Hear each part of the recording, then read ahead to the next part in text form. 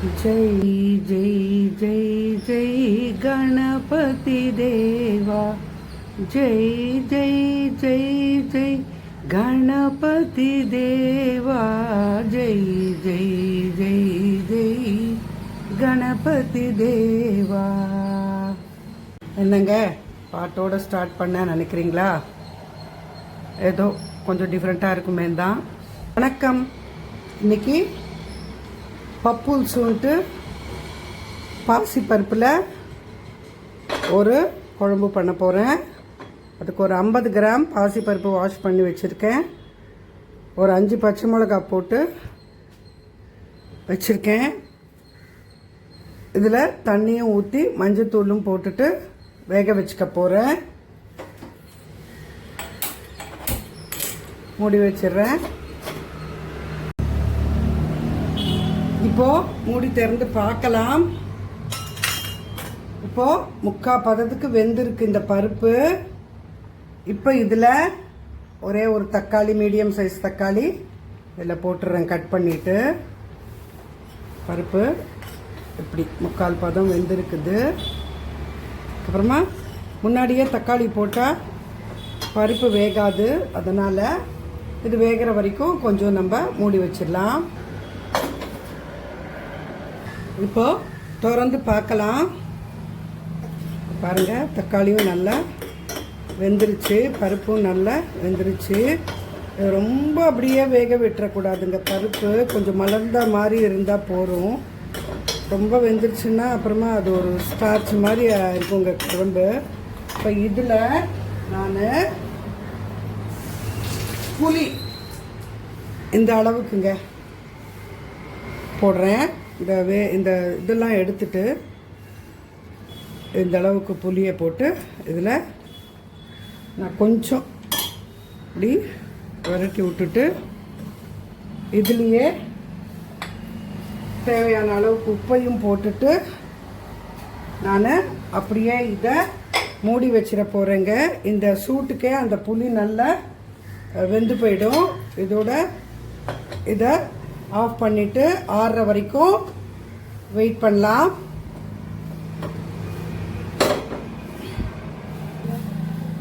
அடுத்து நான் பொரியலுக்கு ஒரு இரும்பு கடாய் வச்சு சூடு பண்ணிட்டுருக்கேன். அதில் கொஞ்சம் நிறைய எண்ணெய் விடுறேன். எண்ணெய் சூடான உடனே கடுகு, சீரகம் போட்டுட்டு பொரியட்டும். இப்போது கடுகு சீரகம் பொரியுது, குறைச்சி வச்சுக்கலாம். இப்போ இதில் ஒரு பெரிய வெங்காயம் இந்த மாதிரி நீள நீளமாக கட் பண்ணி வச்சுருக்கேன். அதோட கொஞ்சம் கருவேப்பிலையும் சேர்த்து போட்டுடுறேங்க. போட்டுட்டு வதக்கிக்கலாம். கொஞ்சம் 6 ஸ்லைஸஸாகவே நான் கட் பண்ணிட்டுருக்கேன். இப்படி லைட்டாக பண்ண இப்போ வதங்கின உடனே ஒரு 1/4 கிலோ உருளைக்கிழங்கு வாஷ் பண்ணிவிட்டு தோலோட கட் பண்ணி இதில் போட்டிருக்கேன். உருளைக்கிழங்கு கறிக்கு கொஞ்சம் வெங்காயம் நிறைய போட்டால் நல்லா டேஸ்ட்டு தூக்கலாக இருக்கும். இதில் கொஞ்சம் மஞ்சள் தூள் போடுறேன். கொஞ்சம் வதங்கின அப்புறமா உப்பு போடுறேன். சாஃப்ட் உப்பு போட்டுக்கலாம். ஏன்னா கல் உப்பு வந்து டக்குன்னு கரையாது.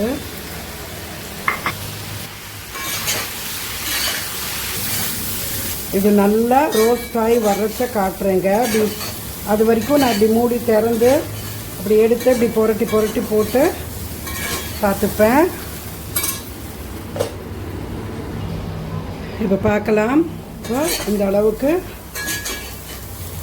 கலர் மாறி வந்திருக்கு. இப்போ இதை மூடி திறந்துட்டு இப்படியே பரப்பி விட்டுடலாம். இப்போ திருப்பி போடலாம். அதே மாதிரி பரப்பி விட்ட மாதிரி திருப்பி போட்டுக்கலாம். இப்போ பார்க்கலாம். வெங்காயம் நம்ம இந்த மாதிரி கொஞ்சம் திக்காக கட் பண்ணி போட்டுட்டா தாங்க வெங்காயம் வந்துட்டு இது ஒரு மாதிரி கலர் மாறாமல் வரும். இப்போ குறைச்சி வச்சுக்கலாம். இந்த மாதிரி அந்த கோல்டன் கலரில் வெங்காயம் இருந்தால் நல்லா அந்த இதுக்கு வந்து கொஞ்சம் ஒரு ஸ்வீட்னஸ், அது ஒரு டேஸ்ட் கொடுக்கும். இப்போ உருளைக்கிழங்கை செக் பண்ணிக்கிறேன் வெந்துருச்சான்னு. வெந்துருச்சு உருளைக்கிழங்கு. மிளகாய் தூளெல்லாம் உங்கள் காரத்துக்கு பார்த்து போட்டுக்கோங்க. நல்லா காய்க்கு மொத்தமாக படுற மாதிரி பண்ணிக்கோங்க. வெங்காயம் ஒரு மாதிரி கலர் மாற ஆரம்பிக்குது. அதனால கொஞ்சம் ஃப்ளேம்ஸை பார்த்து இறக்கி ஏற்றி வச்சுக்கோங்க. இப்போ பெருங்காயம் போட்டுக்கலாம். உருளைக்கிழங்கெல்லாம் ஒரு பெரிய வறுவலான்னு நீங்கள் நினைக்கலாம், அதெல்லாம் காட்டுறீங்கன்னு. நான் இன்றைக்கி எங்கள் வீட்டு சமையல் காட்டுறேங்க. இப்போ இது அவ்வளோதான். கொஞ்சம் பரப்பி விட்டுட்டு அப்படியே மூடி திறந்து விட்டுட்டேன்னா அந்த சூடுக்கே கூட இது, அந்த கடாயில் இருக்கிற சூடுக்கே இது இன்னும் கொஞ்சம் கூட ரோஸ்டடாக வரும். மூடி வைக்க மாட்டேன். இப்படி பரப்பு. இப்போ இதை ஆஃப் பண்ணிடுறேங்க. இப்போ பருப்பு ஓப்பன் பண்ணி பார்க்கலாம். பருப்பு நல்லா ஆறிட்டு பார்த்தீங்களா, புளி வந்துட்டு அந்த சூடுக்கே நல்லா சாஃப்டாக ஆயிடுச்சு. நல்லா சாஃப்டாக ஆயிடுச்சு. இப்போ நம்ம இதை கடைஞ்சிக்கலாம்.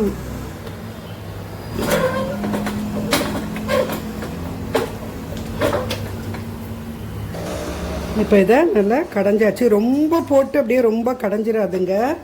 இது கொஞ்சம் பருப்பு அந்த மலர்ந்தா மாதிரி தான் இதை வந்துட்டு வேகவும் வச்சுக்கணும். இதை குக்கரில் மட்டும் தயவு செய்து வேக வச்சிடாதுங்க. அது ஒரு உங்களுக்கு அப்புறமா வந்துட்டு ஒரு மாதிரி குழன்னு இருக்குங்க. குழம்பு நல்லாவே இருக்காது. இதை சுற்றி இருக்கிறத நல்லா இப்படி எடுத்து போட்டுட்டு பாருங்கள். இப்போ இப்படி திக்காக இருக்குது. இப்போ உங்களுக்கு தெரியுதுன்னு நினைக்கிறேன். பருப்பு ரொம்ப அப்படியே ஸ்மாஷ் ஆகிடக்கூடாது. இந்த மாதிரி கொஞ்சம் மலர்ந்த மாதிரி இருக்கணும். இப்போ இதில் உங்களுக்கு தேவையான அளவுக்கு தண்ணி விட்டுக்கலாம். இப்போது நீங்கள் வந்து தண்ணியாக வச்சுக்கணுன்னாலும் வச்சுக்கலாம், இல்லை கொஞ்சம் திக்காக வேணும்னாலும் வச்சுக்கலாம். இப்படியே அந்த பருப்பு கடைஞ்சிட்டு அதை தாளித்து வச்சுட்டாலும் ரொம்ப சூப்பராக இருக்கும். நான் இந்த கன்சிஸ்டன்சியில் தாங்க வச்சுக்க போகிறேன். இப்போ இதில் வந்துட்டு எல்லாமே அப்படியே கொஞ்சம் தொக்காக இருக்கணுங்க. கொஞ்சம் அப்படியே போட்டு ஸ்மாஷ் பண்ணிடக்கூடாது. அப்போ இது டேஸ்ட்டே இருக்காது. இந்த குழம்பு தாளிக்கிறதுக்கு ஒரு பேனை வச்சுட்டேன். அதில் ஒரு 2-3 ஸ்பூனு எண்ணெயை விட்டுட்டு, எண்ணெய்லாம் நம்ம இஷ்டம் தாங்க, நிறைய விட்டால் நல்லா தான் இருக்கும் எல்லாத்துக்குமே. அதில் கொஞ்சம் கடுகு, கொஞ்சம் ஜீரகம் போட்டுட்டு அதில் இந்த தாளிப்பு வடகம் கொஞ்சம், இதுலேயே கடுகு ஜீரகம் எல்லாம் இருக்கும். இது கொஞ்சம் ரொம்ப நிறைய வெங்காயம் இருக்கிற மாதிரி இருக்குது. கொஞ்சம் கடுகு ஜீரகமும் போட்டாலும் நல்லாயிருக்கும். இதில் கருவேப்பிலையை போட்டுட்டு இதை இப்போ இதில் ஊற்றிடலாம்.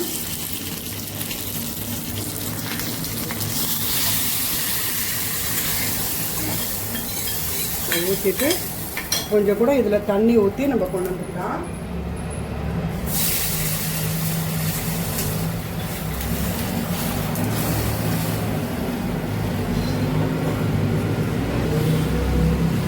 தண்ணி ஊற்றிடுறேன்.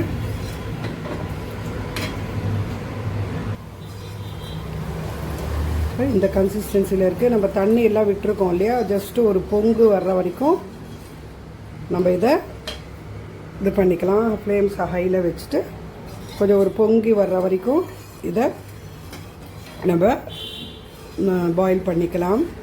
இதில் உப்பு காரம் எல்லாம் செக் பண்ணிக்கலாம். புளிப்பு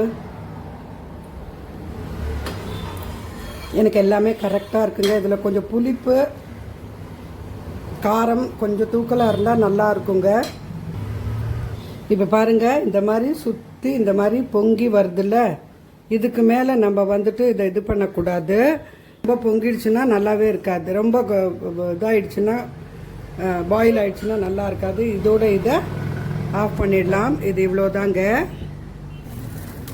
இப்போ அது தாளித்த கடாயிலேயே கொஞ்சம் எண்ணெய் விட்டுண்டு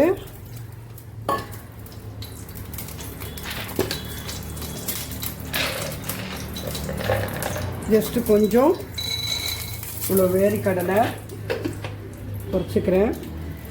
3 காய்ந்த மிளகாய்,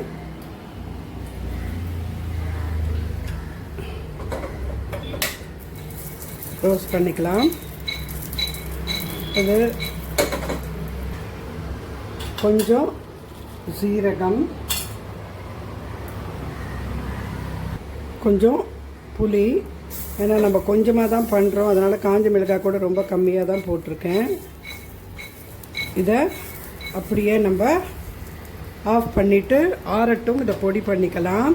இப்போது அந்த வறுத்ததை மிக்ஸி ஜாரில் ஷிஃப்ட் பண்ணிவிட்டு அந்த வேர்க்கடலை, காஞ்ச மிளகா, புளி, ஒரு 3 பல் பூண்டு, சும்மா இத்தூண்டு ஒரு சின்னது ஒரு 1/2 இன்ச் அளவுக்கு இஞ்சி போட்டு இதை நான் உப்பும் போட்டு அரைச்சிட்டு வந்துடுறேங்க. இப்போது அந்த இஞ்சி பூண்டு ஈரத்துக்கு, அந்த கொஞ்சம் வேர்க்கடலை ஈரத்துக்கு கொஞ்சம் இப்படி இருக்குங்க. இது நான் இதை இப்படியே தான் அந்த காய்க்குள்ளே ஃபில் பண்ண போகிறேன். நான் காட்டுறேங்க. இல்லை, இந்த கத்திரிக்காய்க்குள்ளே ஏதாவது சொத்தை இருக்குதான்னு நல்லா பார்த்துக்கோங்க. சொத்தெல்லாம் இல்லை. அந்த மாதிரி எல்லா கத்திரிக்காயும் செக் பண்ணிக்கோங்க. ரொம்ப அடி வரைக்கும் போயிடாதுங்க. இந்த மசாலா வந்து கட் பண்ணுறச்ச கொஞ்சம் இங்கே கொஞ்சம் இது வரைக்கும் போயிடாதுங்க. ஏன்னா இந்த மசாலா அதில் போய் நிற்கணும். இல்லைன்னா அது என்ன ஆகும்னா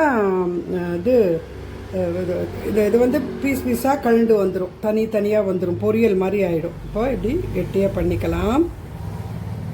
இதே மாதிரி எல்லா காயிலையும் நம்ம இப்படி ஃபில் பண்ணிக்கலாம்.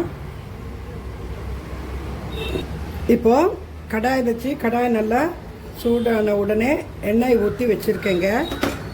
எண்ணெயும் நல்லா சூடாயிடுச்சு. இப்போ இதில் கடுகு,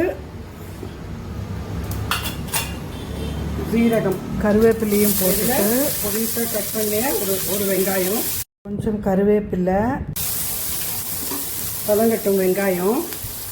இப்போ கொஞ்சம் வெங்காயம் வதங்கின உடனே தக்காளியை போட்டுடலாம். ஏன்னா எப்படியும் கத்திரிக்காயும் இதில் வேகணும். அதனால் வந்துட்டு வெங்காயம் அந்த அளவுக்கு இது பண்ணால் வறுப்பட்டால் போகிறோம். இப்போ இன்னும் கொஞ்சம் கூட வதங்கினா போகிறோம். நான் வறுப்பட்டுங்கிறேன். இப்போது தக்காளியும் கொஞ்சம் வதங்கிடுச்சு. இப்போ இதில் அந்த ஃபில் பண்ணி வச்ச அந்த கத்திரிக்காவை வந்துட்டு, அந்த பவுடரை ஃபில் பண்ணி வச்ச கத்திரிக்காவை இதில் போட்டுடலாம். இப்போ பார்க்கலாம், இது கொஞ்சம் குண்டு கத்திரிக்காவாக இருக்குது. அதனால் கொஞ்சம் லேட் ஆகும். இந்த மாதிரி கொஞ்சம் ஒரு மாதிரி வதங்கி வருது. இது கொஞ்சம் பெரிய கத்திரிக்காவாக இருக்கிறதுனால கொஞ்சம் லேட் ஆகும். சின்ன சைஸில் கத்திரிக்காய் இருந்தால் நல்லா இருந்திருக்கும். என்கிட்ட இருந்தது, அதவே அப்படி யூஸ் பண்ணிடலாம் அப்படின்னு தான். இப்போ இன்னும் கொஞ்சம் கூட வதங்கின அப்புறமா காட்டுறேன். இப்போது பார்க்கலாம், இந்த அளவுக்கு வதங்கி வந்திருக்குது. இது ரொம்ப பெருசாக இருக்குது கத்திரிக்காய். இப்போ கொஞ்சம் இப்படி தண்ணி தெளிச்சுக்கிறேன். கொஞ்சம் தண்ணி தெளிச்சுக்கிறேன். 1/2 கிளாஸ் தண்ணி. இப்போ மூடி வச்சிடுறேன், வேகட்டும். பார்க்கலாம். பாருங்க, இந்த மசாலாஸ் எல்லாம் கொஞ்சம் அதில் வதங்கி வருது. பிரிய ஆரம்பிக்குது. கத்திரிக்காய் வெந்துருச்சு. பட் நான் கொஞ்சம் கூட இன்னும் நல்லா சுருங்கட்டும் தான் வச்சுருக்கேன். இப்போ இதை அப்படியே மூடி வச்சுட்டு ஆஃப் பண்ணிவிட்டு அப்படியே மூடி வச்சிடலாம். இன்னும் கூட இதோட சூடுக்கு இது நல்லா இன்னும் கூட நல்லா கிட்டைக்கு வந்துடும். பண்ணிடலாம். மூடி வச்சிடுறேன். இன்னைக்கு சமைச்சு முடிச்சிட்டேங்க. பப்புல்சு சாதத்தில் கலந்து சாப்பிட்றதுக்கு. உருளைக்கிழங்கு பொரியல் வெங்காயம் போட்டு, கடைசியாக இந்த கத்திரிக்காய் மசாலா ஃபில் பண்ணி அப்படியே வதக்கிட்டேன். என் சமையல் பிடிச்சதுன்னா லைக் பண்ணுங்கள், ஷேர் பண்ணுங்கள். இதே மாதிரி என்னோடய வீடியோஸ் பார்க்குறதுக்கு என் சேனலுக்கு சப்ஸ்கிரைப் பண்ணிக்கோங்க. தேங்க்யூங்க.